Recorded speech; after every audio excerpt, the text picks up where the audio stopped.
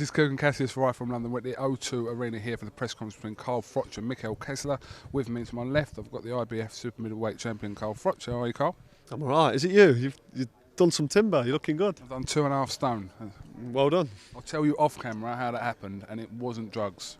Or gastric band. Or gastric band. You've got to be really fat to have gastric band, you know. You obviously thought me was a really fat reporter. Listen, you're looking well. I just thought I'd point it out. Thank you. Good. Am I not genetically gifted though, am I? Like my good self. I've just spoke to KESSLER, and there was something I heard that he didn't want to fight you, particularly in Nottingham. He said that he wanted the fight needed to be away from Nottingham, so that's why it's in London. But he said that he's never ever said that, and he said that he's willing to fight you on the street. All right, that's fair enough. I mean, I heard the same, that he didn't want to come to Nottingham. And I was quite disappointed because I wanted to do it at the Nottingham Forest City ground. But I fully understood him if he did say it, not coming to Nottingham, because obviously he was at ringside when I fought Butte, and he knows that the crowd in Nottingham makes such a noise, and I'm so charged. He's thinking, I didn't box him in Copenhagen, why should he box me in Nottingham? But if he's saying that wasn't the case, then that's fine. It may have been something to do with the venue. I'm not going to say Mikel's lying, because he's got no reason to lie. I think if we could have put it on at the Nottingham Forest City ground, that's a venue that would have been big enough to stage this. And was it available? I don't know. I mean, it's at the end of May, so I think the football season finishes.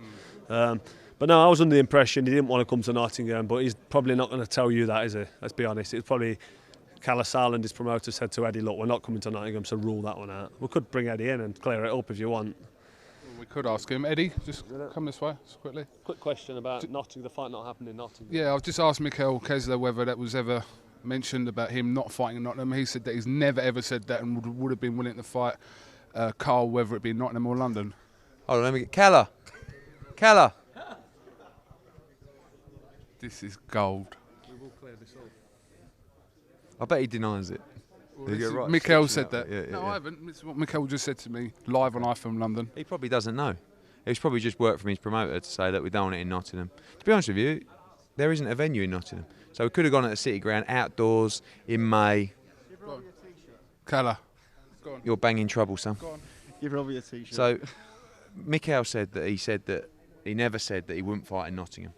But we had the conversation. It's down to me then, isn't it? Exactly. Yeah, it's down to me. It wasn't KESSLER. KESSLER would have fought in Nottingham. KESSLER would have fought in Nottingham if the venue was there. Of course he would have. You know, but at the end of the day, look at the size of this. You know, we're in London. You know, it's the capital city of the United Kingdom. We talked and we said that basically Nottingham was, you know, didn't have the facilities to hold a fight like this, other than the City Ground, which logistically it's very difficult. Laid a pitch, canapes on the truss, all kinds of different things. This is, you know what a truss is? Yeah, of course it did. What are you laughing for? I'm just laughing. No, but seriously, you know, this is the. But when I spoke to KESSLER, not to dump him in it, There. he did say that Nottingham was, you know. Listen, thank you very much just for clear clearing it that up, up yeah, anyway. anyway. Go away. Right.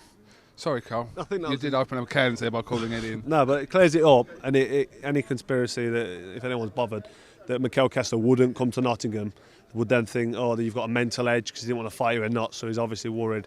That shows KESSLER's not worried. He probably would have come to Nottingham, and it looked like it wasn't going to make either financial sense, which I think if the City Ground was available, it would have been better. It would have been more lucrative than here at the O2 because it seats more. But, you know, you can't give KESSLER any stick. I think he would have come to Nottingham and he would have fought me in Nottingham for sure. He's not worried. He knows what he needs to do on the night, and he knows a boxing ring's a boxing ring.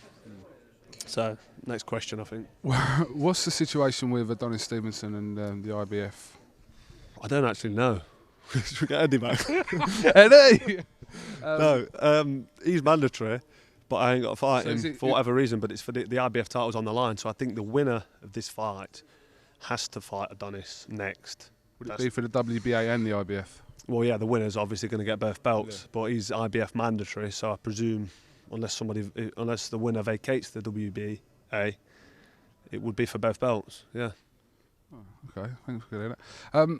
There's rumoured to be 5,000 Danes travelling as well. That's what KESSLER said in the when I interviewed him last time, which is about a quarter of the arena. So it's not going to be all in your favour, the crowd, is it? No, that's what I was saying earlier when I was being asked, how do you feel about the crowd and all being on your side, and what difference does it make? It makes a big difference, I think, when you've got a big crowd cheering for you. When I was in Nottingham at the KESSLER FM Arena fighting Butte, 98% of the fans were cheering my name, and the roof was lifted off every time I threw punches. That will be similar here at the O2 Arena, but 5,000 Danes can make some noise. So it's not going to be one-sided, but I'm not surprised that 5,000 people are coming over. Mikkel Kessler's a well-liked man. He's the David Beckham of Denmark, and he should be, because he's a proud, honourable, respectful gentleman who does himself and his sport proud every time he steps through the ring, inside and outside the ring. So I'm not surprised he's got a big travelling fan base, and I think it'll make for a better night.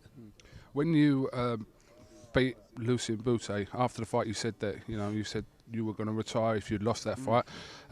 In that sort of sense, where are you now, as in before you fight KESSLER?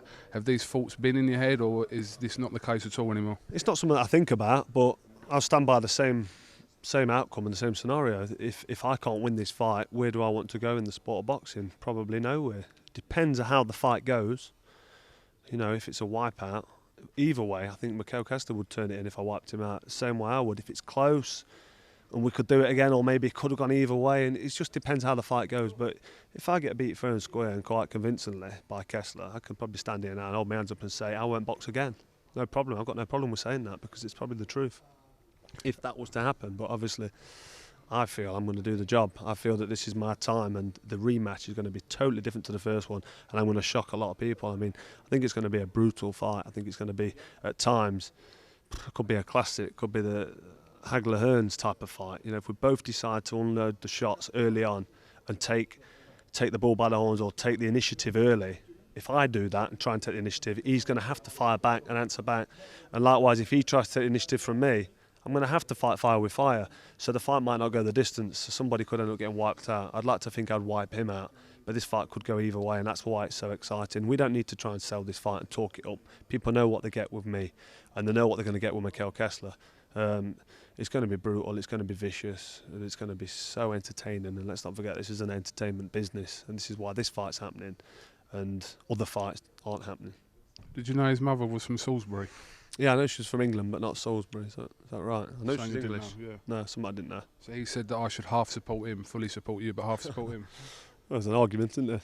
I won't be. I'm fully backing you. Good. Just finally, do you wear earrings? You're 35 years old. Earring. Earring. Anybody here who wears earrings? Isn't it? Well, no. Oh, you got. No, the question is, how old are you going to be before you lose the earring? Then it gives me an indication of how long I've got. Am I setting the trend? Why have you got two? Because I think two, don't know. Two's a little bit Say it. homosexual. Okay. But how long are you Not going that to that's a problem. No, I'm probably going to keep it in till I'm ripe old age of 110. Right, we're good. It's good enough for Carl Froch, it's good enough for me. Right, this is Kugan Cassius for iFILM London with the IBF Super Middleweight Champion Carl Froch. Thank you very much. Thank you. Thank you.